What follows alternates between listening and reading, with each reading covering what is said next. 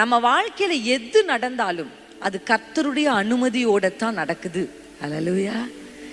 தேவன் அனுமதிக்காம நம்முடைய வாழ்க்கையில எதுவும் நடக்கல அப்படின்ற ஒரு உறுதிப்பாடு. அல்லேலூயா. ஆமென்.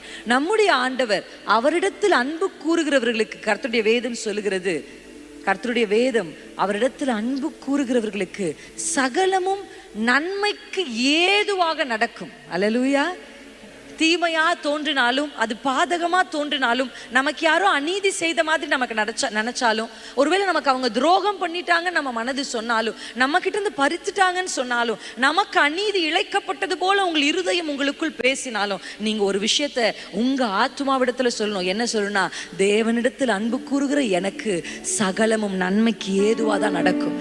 தீமைகளை நன்மையாய் மாற்றுகிற ஒரு தேவன், புலம்பலை ஆனந்த களிப்பாய் மாற்றுகிற ஒரு கர்த்தர் எனக்கு உண்டு என்று உங்கள் ஆத்துமாவோடு நீங்க பேச ஆரம்பிக்கணும்.